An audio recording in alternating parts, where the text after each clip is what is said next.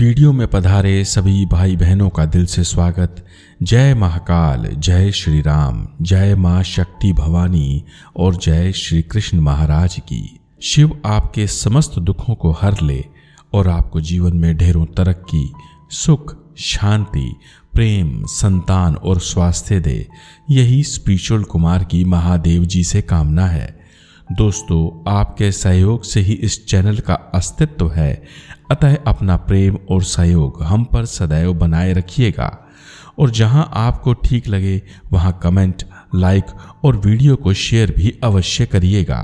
संभव हो तो एक प्रश्न का उत्तर अवश्य दें कि शिवलिंग कितने प्रकार के होते हैं, जिसका हिंट अथवा संकेत आपको इस वाली वीडियो में मिल जाएगा। तो चलिए फिर आज की वीडियो को आरंभ करते हैं। ओम नमः शिवाय। एक बार कैलाश पर विराजमान माता पार्वती जी ने भगवान शिव से 3 प्रश्न पूछे। पहला कि भगवान, असंख्य लोग आपको जल अर्पण करते हैं, आपका ध्यान करते हैं, पूजा करते हैं, परंतु आपको ये कैसे ज्ञात होता है कि उक्त जातक की भक्ति सच्ची है या फिर दिखावा? दूसरा प्रश्न, क्या मात्र शिव का नाम जपने अथवा पूजा पाठ करने से ही शिव के धाम की प्राप्ति संभव है? और तीसरा प्रश्न, धरती का सबसे बड़ा दान पुण्य कौन सा है जिस पर भगवान शिव माता पार्वती सहित धरती पर भ्रमण को आ जाते हैं ताकि वह प्रश्नों के उत्तर दे, माता की जिज्ञासा को शांत कर सकें? तो इस तरह दोनों भेष बदलकर एक शिव मंदिर के बाहर जा बैठते हैं, जहां शिव माता से कहते हैं कि देवी पार्वती, अगर आपने तीनों प्रश्नों के उत्तर जानने हैं तो जैसा मैंने आपको समझाया है ठीक वैसे वैसे आप करते जाइएगा। ये मृत्यु लोक है और ऊपर से कलयुग। संभव है कि आपको यहाँ भांति भांति के लोग और भिन्न भावों वाले प्राणी मिलें, अतः कृपया क्रुद्ध एवं रुष्ट मत हो जाइएगा। आप स्यों के आपे को खो मत दीजिएगा और प्रसंग को यथावत चलने दीजिएगा। जिस पर माता पार्वती जी ने हाँ में अपने सिर को हिला दिया और प्रणाम कर भगवान का अनुसरण करने लगी। इसके बाद शिव ने स्वयं को एक बदसूरत और कोढ़ी व्यक्ति के रूप में परिवर्तित कर लिया, तो माता पार्वती जी को एक अत्यंत सुंदर स्त्री बनाकर अपने साथ शिव मंदिर के बाहर बिठा लिया। इसके बाद माता पार्वती आते जाते लोगों से गुहार लगाती हैं कि वह मीलों पैदल चलकर अपने कोढ़ी पति को कांधे पर उठाकर यहाँ तक पहुंची हैं। किसी संत ने बताया था कि मंदिर में शिवलिंग पर जल चढ़ाने से उनके पति का कोढ़ और बदसूरती जाती रहेगी। 4 दिन की पैदल यात्रा और पति के बोझ और थकान से वह टूट चुकी हैं। खाने को पल्ले अन्न का एक दाना तक नहीं है। कोई शिव का प्यारा जो उन्हें भोजन करा दे और मंदिर ले जाकर उनके पति को शिव के दर्शन करा दे और साथ ही शिवलिंग पर जल भी चढ़वा दे। जो कोई भी उनकी मदद करेगा उसका भला होगा और वह शिव के धाम को जाएगा। तो इस प्रकार माता पार्वती लगातार लोगों से गुहार लगाती रहती हैं, जिस पर सैकड़ों आते जाते लोग माता की सुंदरता को देखकर उनके निकट तो आते हैं, परंतु कोढ़ी बने बदसूरत शिवजी को देखकर दूर छिटक जाते हैं। और अनेकों तो ऐसे भी होते हैं जो सुनकर भी बहरों की तरह वहां से चुपचाप निकल जाते हैं। और बहुत से निर्लज पापी माता की सुंदरता पर मोहित होकर उनके निकट तो आते हैं और बदसूरत कोढ़ी शिव को त्याग अपने संग चलने को कह देते हैं और बोलते हैं कि तुम्हारी जगह मंदिर के बाहर सड़क पर नहीं सुंदरी, वर्ण हमारी बड़ी हवेली में है। काहे तुम इस बदसूरत कोढ़ी के लिए अपने इस सुंदर जीवन को व्यर्थ करती हो? मानो हमारी बात, छोड़ दो इसका दामन और चल लो हमारे संग, जीवन में ऐश करोगी। लोगों के ऐसे वचन सुन माता का गुस्सा अपने चरम पर था, परंतु खुद को नियंत्रित कर वह बारंबार अपनी इसी गुहार को लगाती रहती हैं कि कोई हम भूखों को भोजन करा दो, तदुपरांत मेरे पति को शिव के दर्शन करा दो। तो भक्तजनों, इस तरह घंटों बैठे रहने के बावजूद भी वहां पर कोई नहीं आता और शिव और पार्वती मानव जीवन का हिस्सा बनकर इस सारे क्रियाकलाप को देखते रहते हैं। तो इस तरह पूरा दिन बीत जाता है। लोग निकट आते हैं, कटाक्ष करते हैं, राय बहादुर बनते हैं और कोड़ी काया शिव को छूने भर से कतरा जाते हैं। दिन ढलने को था, तभी एक निर्धन युवक उनके करीब आता है और शिव पार्वती को प्रणाम कर उनकी व्यथा को सुनने लगता है। सारी बात सुनकर वह बोलता है, आप तनिक भी चिंता ना करें, मेरी पत्नी ने मुझे 5 रोटियां दी थी, जिसमें से 2 आप लोग खा लीजिए और 1 को मैं खा लेता हूं। तदुपरांत हम शिवजी के मंदिर को चलेंगे। तो इस तरह शिव पार्वती ने उस युवक की पोटली में बंधी 2 रोटियों को खाया, जल को ग्रहण किया और तदुपरांत वह युवक बिल्कुल बेहिचक शिव को अपने कांधों पर उठाकर मंदिर की ओर लेकर जाता है और ले जाकर भगवान के दर्शन करवाता है, शिवलिंग पर जल चढ़वाता है और प्रसाद इत्यादि लेकर उन्हें वापस मंदिर के बाहर ले आता है।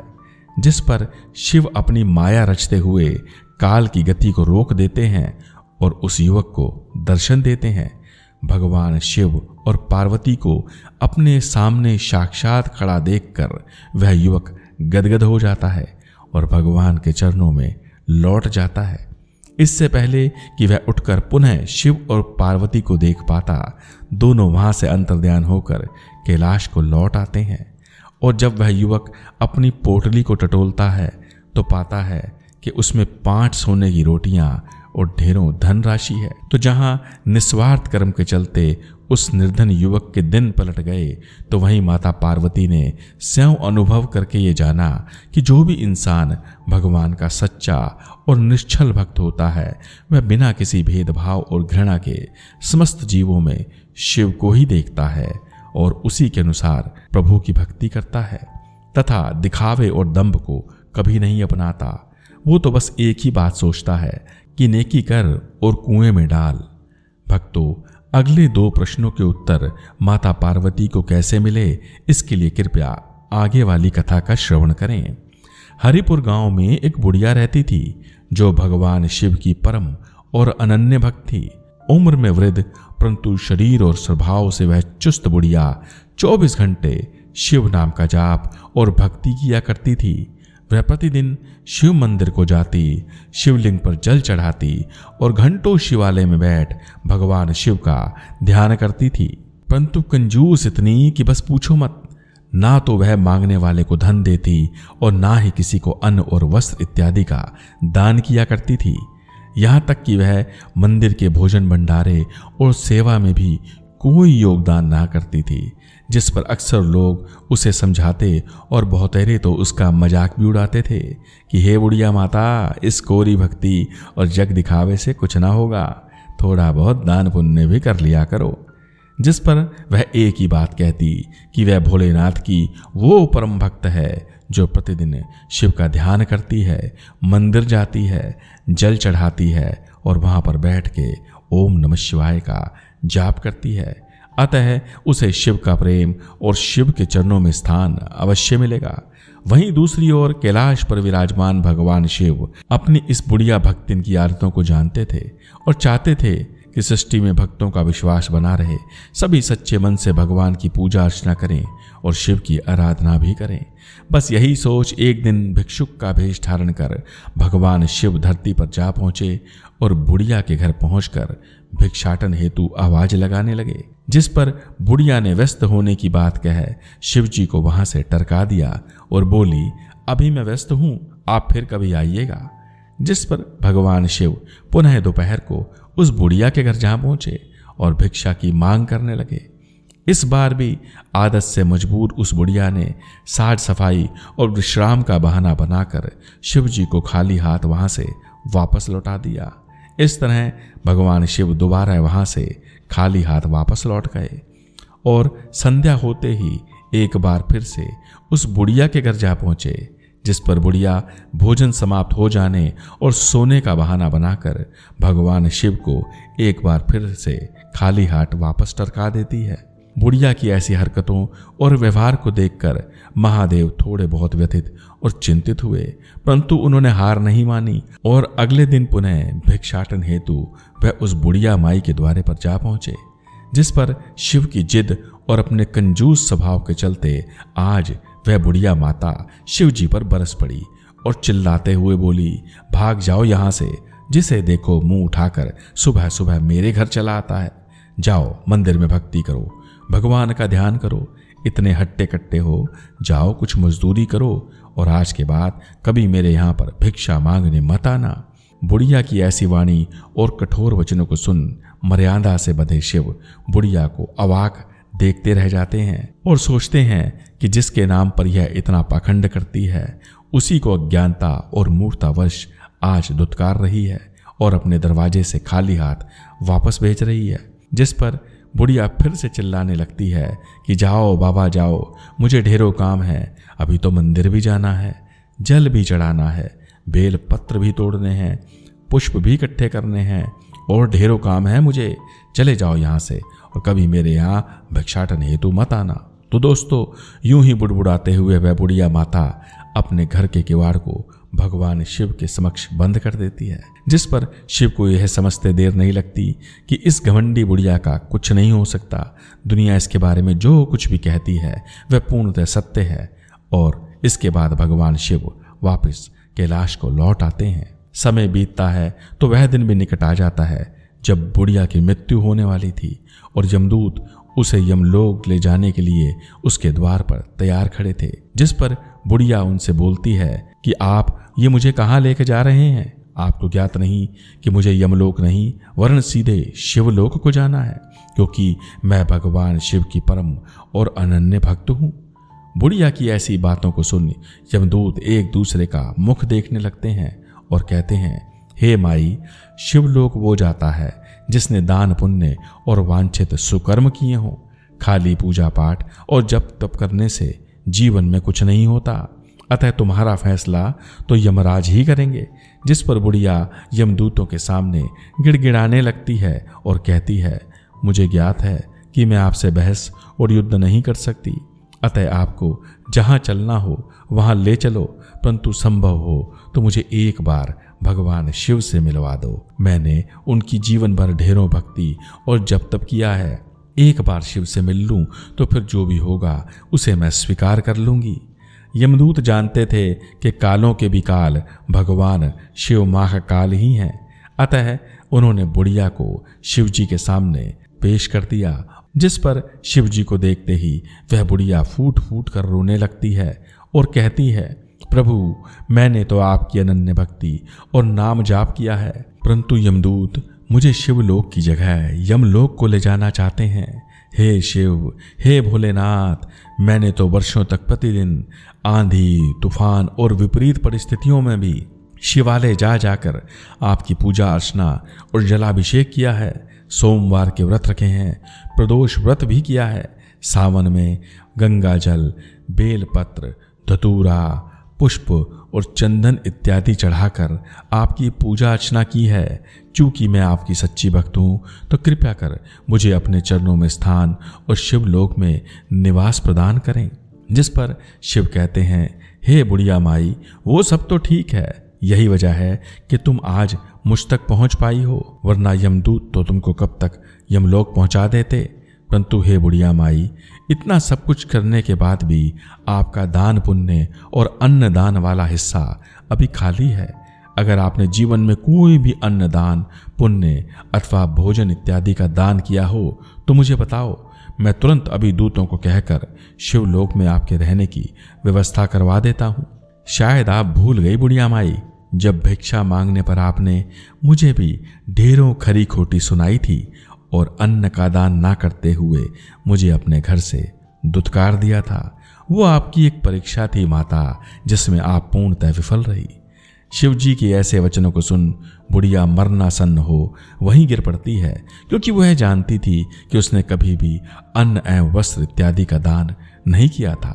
अतः वह कसकर शिव जी के चरणों को पकड़ लेती है और गिड़गिड़ाते हुए कहती है, मुझसे गलती हो गई प्रभु, परंतु हे शिव, आप तो परम दयालु और भक्तों के हितकारी हैं, अतः कृपा कर आप मुझे वो मार्ग सुझाएं जिससे मेरे पापों का प्रायश्चित हो सके। जिस पर शिव ने बुढ़िया को धरती पर वापस भेजते हुए कहा, अब माता आपके पास 9 दिन शेष हैं। इतने में आप जितना अधिक पुण्य कर्म कमा सकती हैं कमा लीजिए, ताकि समय आने पर यह सुनिश्चित किया जा सके कि आपको शिवलोक में रखना है अथवा यमलोक में भेज देना है। तदुपरांत यमदूत बुढ़िया को वापस धरती पर छोड़ जाते हैं, जिससे बुढ़िया को 9 दिन का जीवन दान मिलता है, जिसमें वह जमकर अन्न और विभिन्न श्रेष्ठ वस्तुओं का दान करती है। गांव में विशाल भोग भंडारे का आयोजन कराती है और समस्त ग्रामवासियों को भोजन पर न्योता देती है। और इन 9 दिनों में उसके घर पर जो भी आता है, बुढ़िया उसे भरपेट भोजन खिलाती है, यथाशक्ति दान पुण्य करती है। कहते हैं बुढ़िया ने एक लोटे से लेकर बिस्तर, बिछोने और गुड़धानी इत्यादि को लोगों में वितरित किया और अंततः ढेरों पुण्य कमाकर वह शिव के धाम को प्राप्त हुई। जिससे यह साबित होता है कि मात्र भगवा धारण करने, त्रिपुंड लगाने, रुद्राक्ष पहनने और मंदिर में शिवलिंग पर जल अर्पण करने से कभी कुछ नहीं होता। दोस्तों, सनत रहे मैंने मात्र शब्द का प्रयोग किया है, जिसका अर्थ है कि खाली इन कर्मों को करने से वांछित फल की प्राप्ति कभी नहीं होती, क्योंकि जीवन तो तभी सुधरेगा जब हम भगवा को धारण कर, त्रिपुंड को लगा, रुद्राक्ष को पहन, प्रतिदिन मंदिर जाकर शिवलिंग पर जल चढ़ा, अपने घर के द्वार पर आए याचक और मांगने वाले को यथाशक्ति अन्न और वस्त्र इत्यादि का दान करेंगे। गरीब, जरूरतमंद और असहाय लोगों की सहायता करेंगे। जीवन में छल, पाप, कपट और दिखावे को त्याग देंगे। घृणा की जगह प्रेम, तो पाप की जगह जीवन में सदैव पुण्य करेंगे। मानता हूं कि कलयुग है, यहां माथे पर नहीं लिखा होता कि मांगने वाला भिक्षुक है अथवा रावण, परंतु एक सच्चा शिव भक्त सब कुछ भगवान शिव पर छोड़ अपने जीवन के सुकर्मों में लगा रहता है, क्योंकि शिव के चरणों में आ जाने से, शिव के शरणागत हो जाने से स्यांकाल भी सच्चे शिव भक्तों का कुछ नहीं बिगाड़ पाता। तो इस प्रकार माता पार्वती जी को उनके तीनों प्रश्नों के उत्तर मिले कि भगवान, असंख्य लोग आपको जल अर्पण करते हैं, आपका ध्यान करते हैं, परंतु आपको ये कैसे ज्ञात होता है कि उक्त जातक की भक्ति सच्ची या फिर दिखावा है। जिसका उत्तर था वह युवक जिसने अपने अच्छे संस्कारों के चलते अपने भोजन को शिव पार्वती जी से साझा किया। निष्काम भाव से कूड़ी बने भगवान शिव को कंधों पर उठाकर वह मंदिर ले गया और उन्हें जलाभिषेक करवाया, क्योंकि यही वो भाव है जिसे ईश्वर अपने भक्तों में सबसे पहले सर्वप्रथम ढूंढते और देखते हैं, और यही भाव किसी मनुष्य को अन्य लोगों से पृथक करता है, अर्थात अलग करता है। दूसरा प्रश्न, क्या शिव का नाम जपने अथवा पूजा पाठ से शिव धाम की प्राप्ति संभव है? कटु सत्य तो यह है कि यह बात पूर्णतः सत्य नहीं है। हाँ, इतना जरूर है कि इन्हें करने से मोक्ष प्राप्त करने में सहायता मिलती है, क्योंकि अच्छा आचरण, शुद्ध व्यवहार, दान पुण्य और यथाशक्ति लोगों की मदद करके ही शिव को पूर्णतः प्रसन्न किया जा सकता है। परंतु खाली नाम जाप करने और जल चढ़ाने से आप दुनिया की नजर में शिव भक्त तो बन सकते हैं, परंतु शिव को कभी पा नहीं सकते। तीसरा प्रश्न, धरती का सबसे बड़ा दान पुण्य कौन सा है? इस प्रश्न का उत्तर संपूर्ण वीडियो और कथा में बारंबार आया है कि सर्वश्रेष्ठ दान अन्न और जल का माना गया है। यही वजह है कि सत्य सनातन धर्म में लोग युगों युगों से भोजन, भंडारे और मनुष्यों के साथ साथ चींटी, कौवा, गाय, कुत्ता, चिड़िया, कबूतर और सृष्टि के प्रत्येक जीव को अन्न का दान करते आ रहे हैं, जिसे विधि अनुसार आगे बढ़ाना हम सबकी भी जिम्मेदारी है, क्योंकि ऐसा करने से प्रकृति में संतुलन और सुकर्मों में वृद्धि होती है और व्यक्ति शिव के धाम को प्राप्त कर युगों युगों, जन्मों जन्मों और सदैव के लिए सुखी हो जाता है। दोस्तों, वीडियो अच्छी और ज्ञानवर्धक लगी हो तो कृपया इसे समाज में साझा अवश्य करिएगा। कमेंट करिएगा और लाइक करके हमारे मनोबल को बढ़ाइएगा। और अगर आप हमसे जुड़े रहना चाहते हैं तो कृपया चैनल को सब्सक्राइब और नोटिफिकेशन बेल को ऑन करना मत भूलिएगा। शिव आपका कल्याण करें, यही मेरी भगवान महादेव जी से दिल से कामना है। ओम नमः शिवाय। हर हर महादेव, हर हर महादेव, हर हर महादेव।